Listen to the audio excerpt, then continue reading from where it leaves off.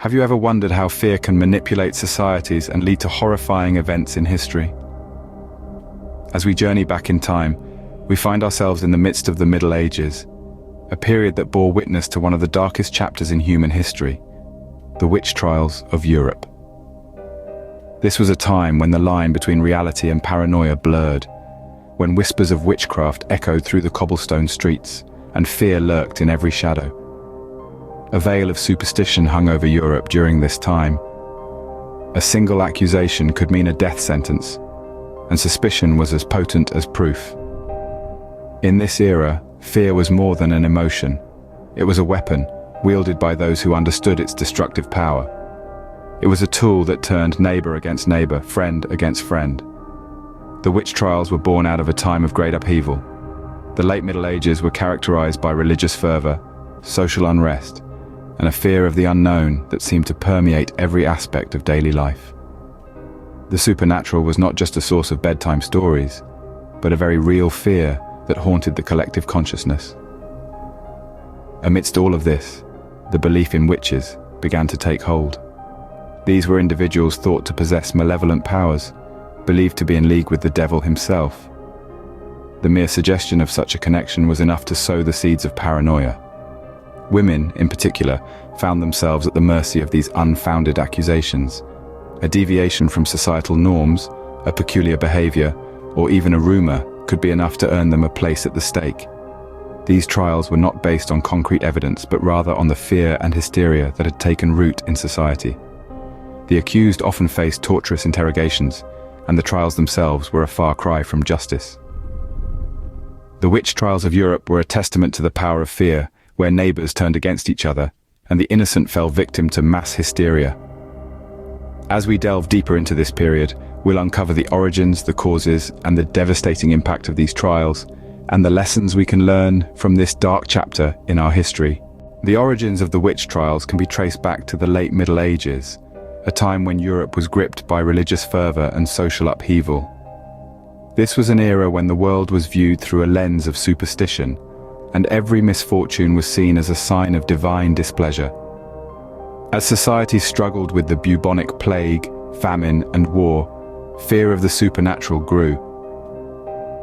It was in this fearful and uncertain climate that the belief in witches, individuals thought to possess malevolent powers and conspire with the devil, took root. Imagine a world where lightning storms, failed crops, and sudden illnesses were not attributed to natural causes, but to the wicked spells of witches. This was a time of deep religious conviction, when people believed in the tangible presence of good and evil. The church played a significant role in promoting these beliefs, fanning the flames of paranoia with teachings about the devil and his earthly minions. While the fear of witches was not confined to any single class or group, it's worth noting that the trials disproportionately targeted the poor and marginalized. The accused were often those who lived on the fringes of society, the elderly, the destitute, and those who did not conform to societal norms. Political instability also played a part in the witch trials. Rulers and authorities used the trials as a tool of control to consolidate their power and quell dissent. Accusations of witchcraft were convenient ways to eliminate rivals or seize the property of the accused. Historians and experts often point to a confluence of social, religious, and political factors that led to the witch trials. These were times of great uncertainty and change, and the trials were a manifestation of the deep-seated fears and anxieties of the era.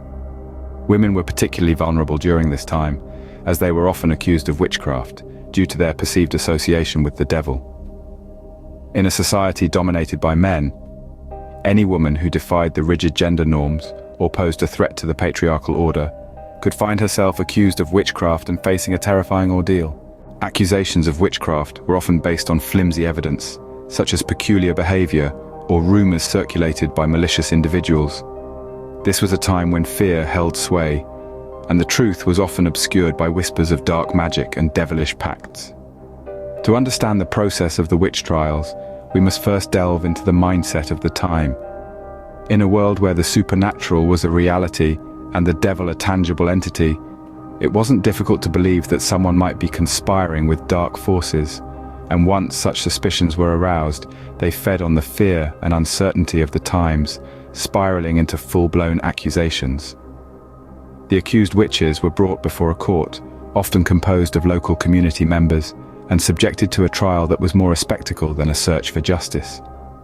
The trials were heavily biased, with the court eager to confirm the suspicions of witchcraft rather than to investigate the veracity of the accusations. The accused were subjected to brutal interrogations, forced to confess to their supposed crimes under duress. The tools of torture were manifold, designed to extract confessions through pain and fear. It was a horrific ordeal, one that was often fatal in itself. And even if the accused survived the torture, the outcome was usually a foregone conclusion. Even the faintest hint of a confession, coerced or otherwise, was enough to seal their fate. The verdict, more often than not, was guilty. And the punishment, execution, usually by burning at the stake. This was a system rigged against the accused, where innocence was a flimsy shield against the tide of fear and superstition. The trials were less about uncovering the truth, and more about appeasing the public's fears and reinforcing the power of those in authority. So, in the face of such overwhelming odds, what chance did the accused stand? The answer is grim. For once accused, the accused faced torturous interrogations and trials rigged against them. From the British Isles to the shores of Scandinavia, no corner of Europe was spared from the grip of witch hysteria. This was not a localized phenomenon. It was a contagion of fear that spread across the continent, crossing borders, cultures, and languages. The dread was palpable, as neighbors looked upon each other with suspicion and mistrust. In this climate of fear and uncertainty, the witch trials became a common occurrence. Towns and villages were consumed by paranoia, their populations on constant alert for signs of witchcraft. Rumors spread like wildfire, and accusations flew without any concrete evidence. This was an era where the concept of innocent until proven guilty was tossed aside, replaced by the ominous decree of guilty until proven innocent. In the heart of Europe, Germany was among the hardest hit. The trials here were particularly brutal and numerous, with estimates suggesting that around 40% of all European witch trials took place within its borders. But the terror was not confined to Germany alone. From the Swiss Confederacy, where the earliest trials began in the 15th century, to the Kingdom of Scotland, where the infamous North Berwick witch trials took place, Europe was in the throes of a mass panic. France, Spain, Italy, Sweden, the list goes on. Each had its own horrific tales of innocent lives lost to the frenzy of the witch trials. The trials were not limited to the common populace either. Nobles, clergy, and even royalty were not immune to accusations. For instance, the trial and execution of Joan of Arc, a figure known to us all, was based on charges of witchcraft among other things. As we look back, the scale of the witch trials is staggering. Conservative estimates suggest that between 40 to 60,000 people were executed for witchcraft across Europe. But some historians argue that the true figure could be much higher. Tens of thousands of lives were lost, leaving a scar on the collective psyche of humanity. This was a continent in fear, a dark period in our history that serves as a stark reminder of the destructive power of hysteria and paranoia. Today, we remember the victims of the witch trials as a cautionary tale of the dangers of fear and ignorance. These trials serve as a stark reminder of the havoc that uncontrolled fear and unchecked ignorance can wreak on society. The witch trials were not merely a series of isolated incidents confined to a dark corner of history.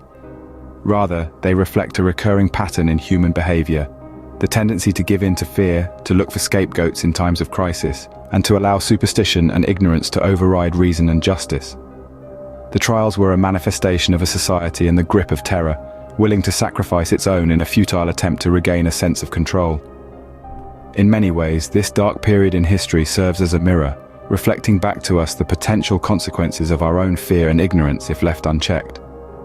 But history, with all its tragic tales, also offers us lessons of hope and resilience.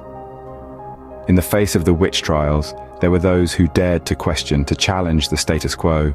They were the voices of reason in a sea of hysteria, the beacon of light in an era of darkness. Their courage serves as an inspiration for us today, reminding us of the power of critical thinking and the importance of standing up for justice. The witch trials also underscore the vital role of education in society. Knowledge and understanding are our best defenses against fear and ignorance. By promoting education, encouraging critical thinking, and fostering an environment of tolerance and understanding, we can help prevent the recurrence of such tragic episodes in our history. As we navigate through our own challenges today, let's draw strength from these lessons from history. Let's strive to be those voices of reason, those beacons of light. Let's uphold justice, promote education, and champion tolerance and understanding. As we reflect on this dark chapter of human history, let us vow to never again succumb to the grip of fear and hysteria. Only by confronting our past can we pave the way for a brighter future.